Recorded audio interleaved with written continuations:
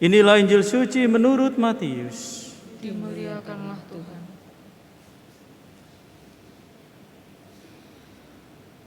Pada suatu hari, Yesus memanggil ke-12 murid-Nya dan memberi mereka kuasa untuk mengusir roh-roh jahat dan melenyapkan segala penyakit serta segala kelemahan.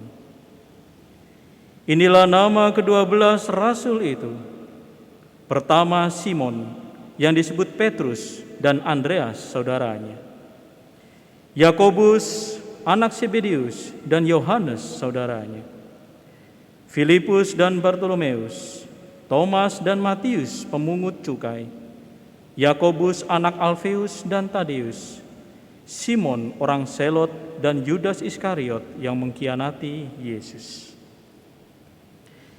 Ke-12 murid itu diutus oleh Yesus, dan ia berpesan kepada mereka, "Janganlah kalian menyimpang ke jalan bangsa lain atau masuk ke dalam kota Samaria, melainkan pergilah kepada domba-domba yang hilang dari umat Israel.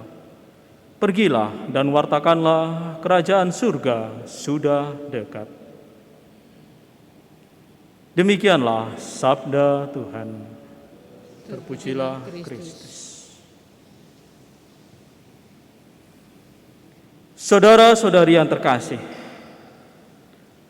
perutusan 12 rasul menjawabi keibaan dari Tuhan kita Yesus Kristus terhadap domba-domba yang tanpa gembala.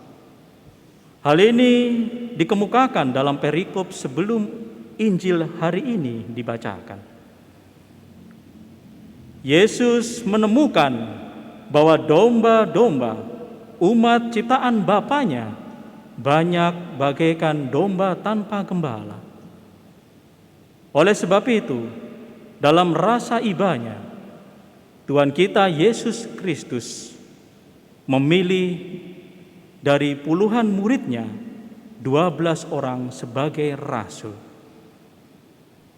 Tuhan berdoa semalam-malaman untuk memilih 12 rasul itu untuk memelihara iman dari domba-domba yang ada, agar mereka tidak kehilangan iman dan menjadi domba-domba yang hilang. Nah, saudara-saudari yang terkasih, kondisi umat pada waktu para rasul diutus sebenarnya tidak jauh beda dengan kondisi umat saat ini. Bahwa kita pasti juga akan menemukan bahwa ada orang-orang yang kehilangan iman. Terlebih khusus banyak orang muda saat ini, bagaikan domba tanpa gembala. Mereka adalah domba-domba yang kehilangan imannya. Dari beberapa survei di seluruh dunia ditemukan bahwa mengapa mereka orang-orang kehilangan imannya. Yang pertama, bahwa di dalam keluarga mereka, anak-anak muda, keluarga-keluarga muda menemukan bahwa orang tuanya tidak beriman begitu kuat, kurang rajin berdoa, kurang rajin untuk hidup menggereja. Dan itu menjadi sebuah cikal bakal bagi anak-anak muda, keluarga-keluarga muda untuk mengalami kehilangan iman. Dan yang kedua, bahwa mengapa mereka juga kehilangan iman disebabkan oleh pengalaman akan krisis cinta kasih. Anak-anak muda, keluarga muda, sebagai seorang manusia tentunya butuh untuk dicintai, disayangi, diakui keberadaannya.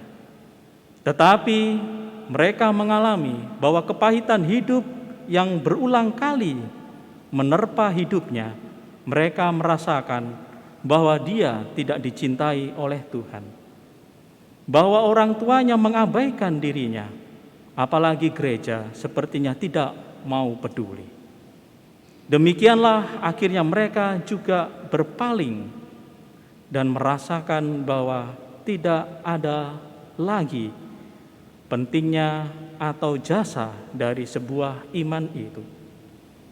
Dan yang ketiga adalah oleh karena pengaruh sekularisme dan modernisme, bahwa kebahagiaan itu tidak ditemukan di dalam keimanan akan Tuhan, di dalam agama, melainkan dalam kemakmuran hidup. Di dalam kekayaan itulah maka kita akan menemukan kebahagiaan. Nah, saudara-saudari yang terkasih, dalam situasi yang semacam ini, di mana banyak orang-orang kehilangan iman, domba-domba yang hilang, maka kita juga turut serta sebagai murid-murid Tuhan yang telah dibaptis untuk mau peduli dalam situasi semacam ini, mencegah mereka agar tidak kehilangan iman. Dan kita juga mau peduli kepada anggota-anggota di lingkungan kita agar mereka tidak menjadi domba yang hilang.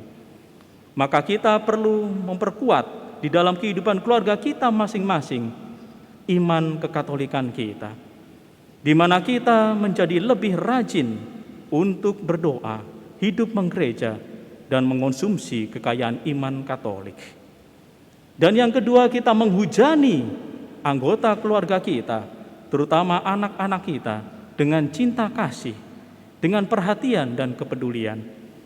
Biarkan memori jiwa dia, jiwa anak-anak yang ada di dalam keluarga kita semuanya mengalami bahwa dirinya dicintai oleh Tuhan, dicintai oleh papa mamanya, dan dicintai oleh Bunda Gereja. Dan yang terakhir, bahwa sesungguhnya kebahagiaan itu adalah kebahagiaan sejati, tidak ditemukan dalam tumpukan uang. Peristirahatan kekal tidak ditemukan kebahagiaan di dalam peristirahatan di atas tumpukan uang, melainkan peristirahatan yang membahagiakan karena dipeluk oleh Tuhan kita Yesus Kristus yang menyayangi kita dengan menebus dosa-dosa kita.